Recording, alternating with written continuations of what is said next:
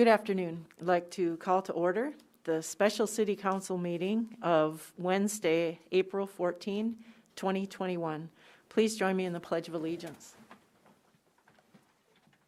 I pledge allegiance to the flag of the United States of America and to the republic for which it stands, one nation, under God, indivisible, with liberty and justice for all.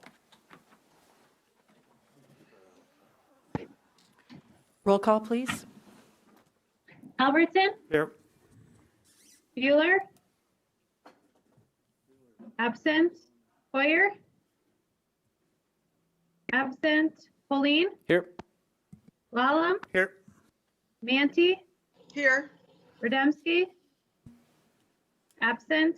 Roby? Here. Vilhauer? Here. Y? Present. Thank you. Thank you.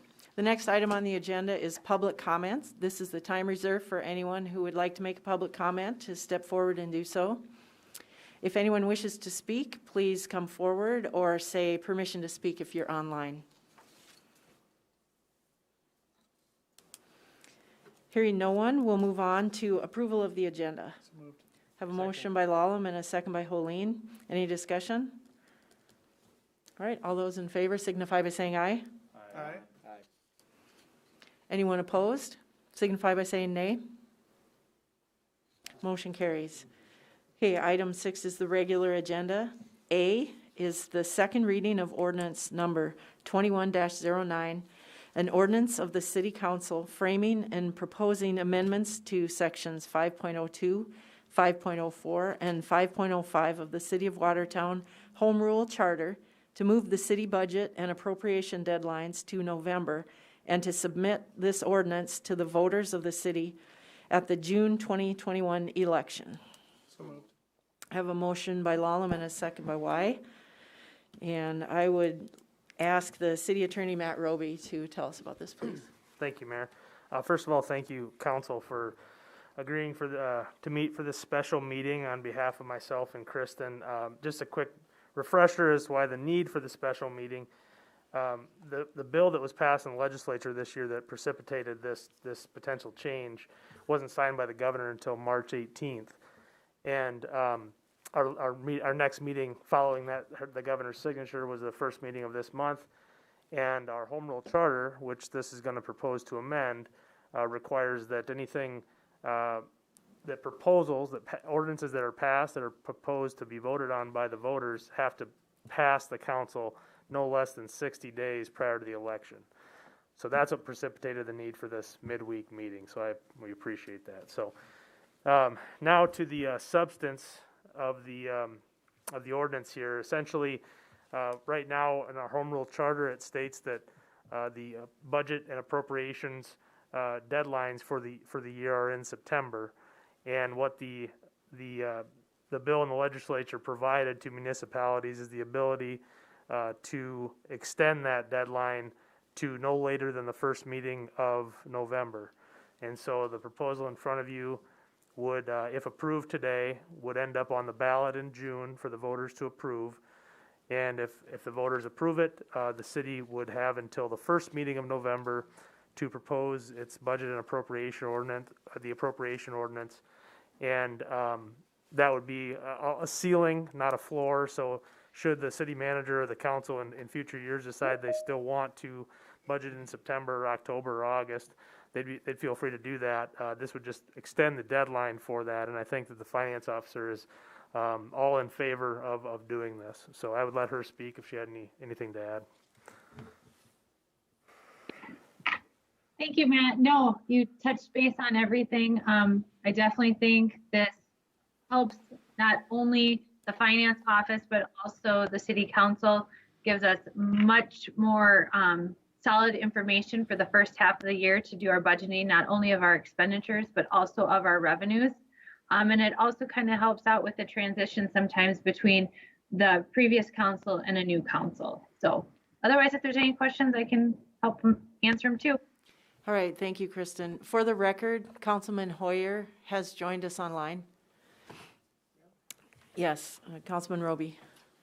Thank you. I would add to what Kristen said, that in our transition to city manager, I think it gives us a short-term benefit in that that person comes on board and he or she has the opportunity to get involved more with the budget versus kind of getting handed to that person. So I think there's another short-term benefit. Agree. Anyone else?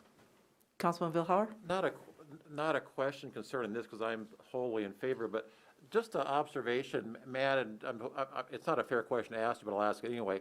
This seemed like kind of an odd, something odd that was put in the home rule charter when that was put together way back when. Any thoughts as to why that was deemed to be that pertinent to be included in the home rule charter? You know, I guess I would just be speculating. I do know that the home rule charter, you know, the language in the home rule charter isn't, we didn't invent it out of thin air.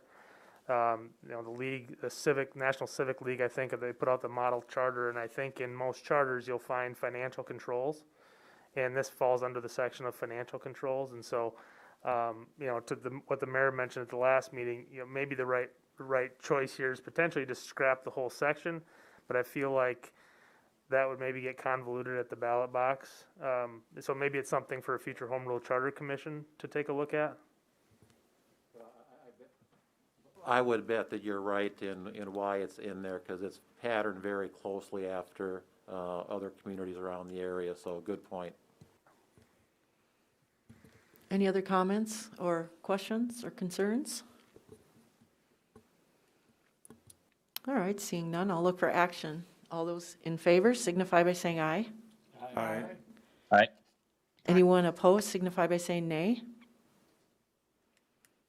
Motion carries.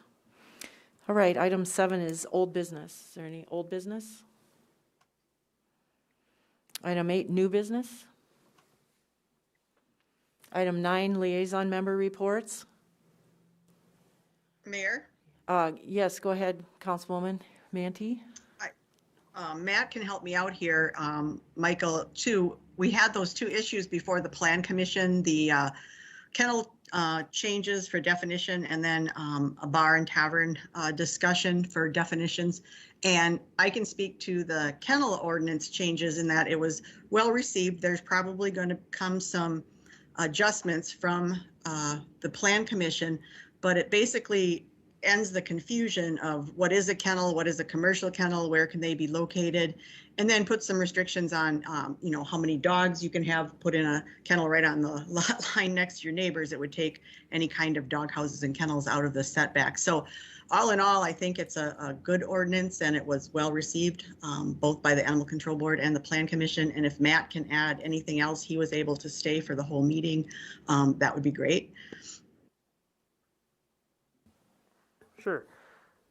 For those of you not familiar, there's been some ongoing, there's been a subcommittee of Plan Commission members and Animal Control Board members trying to bring into harmony the definitions of kennel that fall under each of their respective ordinance titles, as well as kind of what the number of dogs that are allowed in the city should be, and kind of what a former definition of kennel might or might not mean as it relates to that question. So anyway, that's been going on. I think there's maybe just one more final tweak that might be proposed. It sounds like the actual ordinance language will be considered at the first Plan Commission meeting of May, and the Animal Control Board's already approved of the language change, and they'll bring forward, so that we'd like to bring them forward to the council at the same time, because they relate to each other. And so I suspect then that would be the second meeting of May would be the first reading of these ordinances. So. Okay, thank you. And then I can speak on that other proposal that Beth was mentioning. Okay, Councilman Hoyer. Yeah, so I went before the Planning Commission as well, same meeting, just to start the discussion on an ordinance text change that Councilwoman Mantee and I have been looking at.